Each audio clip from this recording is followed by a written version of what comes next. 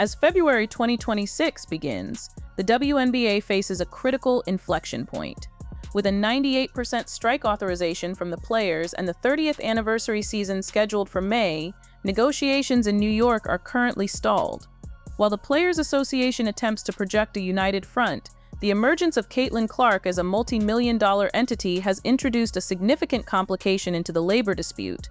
The mechanics of a strike rely on collective financial leverage, yet that pressure is not felt equally across the roster. The average WNBA salary remains approximately $102,000, meaning the majority of the league operates within a professional sports working class. For these players, a work stoppage represents the loss of a mortgage payment or the forfeiture of a limited earning window. For much of the union, the WNBA is the primary source of income. Caitlin Clark occupies a different economic reality. Supported by an 8-year, $28 million Nike deal and a new role as an analyst for NBA, continue to rise. This secondary career at 30 Rockefeller Plaza provides a level of financial insulation rarely seen in active athletes. This disparity creates a strategic challenge for the union. League owners recognize that the WNBPA is not a monolith of desperate negotiators. Instead, they see a hierarchy. Management is already citing the Caitlin Clark effect to contest demands for a 30% revenue share. Their position holds that recent growth in ratings and merchandise is tied specifically to Clark rather than the collective, questioning why revenue should be distributed equally when it is generated so disproportionately. This superstar trap has inadvertently supported the owner's premise that the WNBA is a top-heavy business. While the league's recent offer includes a $1.3 million maximum salary for stars, it offers little to the veteran bench players seeking better travel conditions and a sustainable living wage. The irony remains that the player most essential to the league's visibility has the least to lose from its shutdown. If Clark appears on NBC while her colleagues are on a picket line, it reinforces the perception of a league divided between one superstar and everyone else. Owners are betting that the financial reality of the 90% of players earning less than $100,000 will force a settlement before the May 8th tip-off. They anticipate that the middle class of the league cannot sustain a long-term war of attrition against the superstars. While Clark is simply maximizing her market value, her success has become a double-edged sword in labor talks. She is the catalyst for growth, but also the reason owners feel empowered to resist demands for equitable distribution. This situation marks a fundamental shift in the economics of women's sports. The traditional emphasis on the collective and rising together is being replaced by the era of the independent contractor. The NBC deal illustrates this shift. When the WNBPA demands a $10 million salary cap to elevate every player to a six-figure income, owners can argue that Clark's success proves the top talent does not require a high league cap to achieve wealth. Her ability to thrive outside the WNBA provides a blueprint for a league structure that prioritizes the top 1%. The risk of the league's middle class becoming invisible is tangible. This gap, keeping Clark on national television while her peers remain out of sight in a labor dispute. The cultural impact of this divide began with the January 9th moratorium on league business. While the WNBA is at a standstill, Clark's schedule remains full, including a March 29th appearance and USA basketball commitments in San Juan. She has built a relevant professional calendar that does not require a single WNBA game.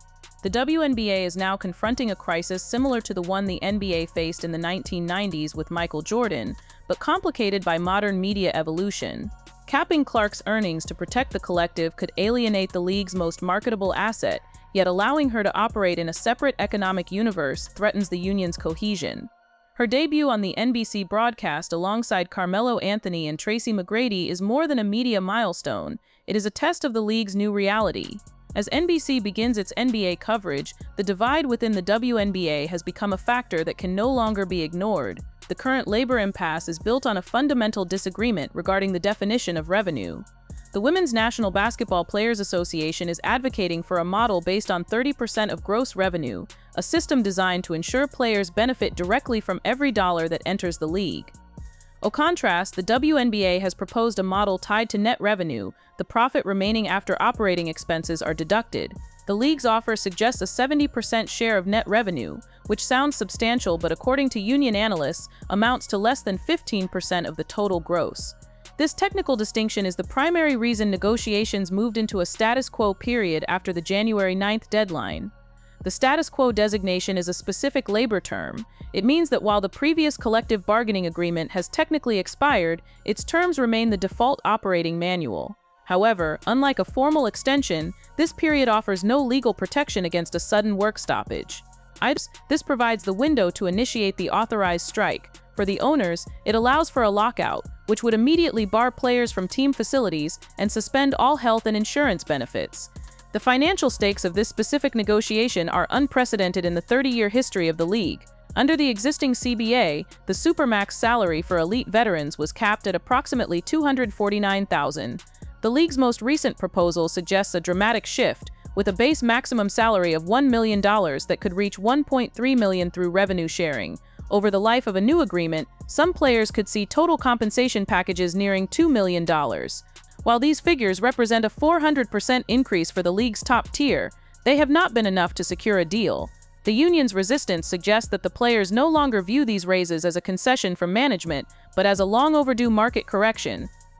This internal tension is exacerbated by the rapid appreciation of WNBA franchises. In late 2025, the Golden State Valkyries were valued at an estimated $500 million, making them the most valuable franchise in women's professional sports history. This valuation is 10 times the $50 million expansion fee Joe Lacob paid just 2 years prior. When the players see a team's value balloon by $450 million before it has even completed its first full cycle of operations, the league's argument that it lacks the net revenue to meet union demands loses credibility. To the players, the league is no longer a struggling startup. It is a high-growth asset class. The arrival of new expansion franchises in Toronto and Portland, scheduled for 2026, has added a layer of logistical pressure. These teams currently exist in a state of suspended animation. Without a CBA, there is no framework for an expansion draft, no established salary cap for roster construction, and no clarity on free agency rules. The league released the 2026 schedule in late January as a show of confidence, but the document contains an implicit asterisk. Every game on that calendar is contingent on a legal agreement that does not yet exist. For the middle-class veteran, the debate over million-dollar max contracts is secondary to more practical concerns like housing. Historically, the WNBA provided players with team-sanctioned apartments or housing stipends.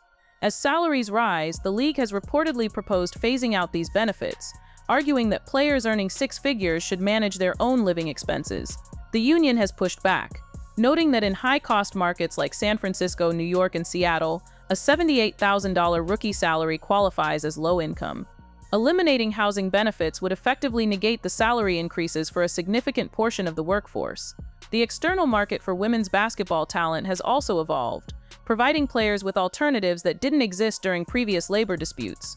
The unrivaled 3-on-3 league, founded by Nafisa Collier and Brianna Stewart, recently completed a season where the average salary was $220,000, and every participant received equity in the league.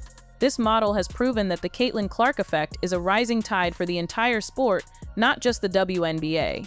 By the time the WNBA and the union meet again in New York this Monday, the players will be coming off a winter where they have seen their market value validated by independent ventures. Caitlin Clark's specific role in this ecosystem continues to serve as the benchmark for the league's new economy. Her NBC contributor role, which began on February 1st at Madison Square Garden, pays her to analyze the NBA while her own league's future remains uncertain. This arrangement allows her to maintain a primetime presence without the physical toll of playing overseas in Turkey or Italy, the traditional path for WNBA players seeking to supplement their income. This creates a visibility gap. If the 30th anniversary season is delayed, the public face of the WNBA will be a television analyst, while the rank-and-file players who provide the league's depth will be largely invisible to the casual fan. The league's media rights deal, which commences in 2026, is expected to bring in at least $200 million annually, a 250% increase from the previous $57 million. This influx of capital is the engine behind the current dispute. The owners want to use this money to stabilize the league's infrastructure and recoup years of subsidized losses. The players want the money to flow directly into their contracts, arguing that they are the primary reason the networks were willing to pay such a premium. As we move toward the May 8th tip-off, the window for a peaceful resolution is narrowing. The 98% strike authorization remains the most potent weapon in the union's arsenal, but it is a weapon that could potentially derail the most significant period of growth in the history of women's sports. The 30th anniversary was meant to be a celebration of the league's longevity and its new status as a major cultural force. Instead, it has become a struggle over the fundamental identity of the WNBA. Is it a collective endeavor where the league protects its own, or a star-driven marketplace where the elite move on while the rest are left to negotiate for their survival? The meeting in New York this week is not just about the numbers on a balance sheet. It is a negotiation over the future of a business model that has been outpaced by its own success. Whether the league chooses the path of revenue sharing or continues to stall, the outcome will define the economic trajectory of women's professional sports for the next decade. For now, the players are waiting, the owners are calculating, and the schedule remains a series of dates without a guarantee of play.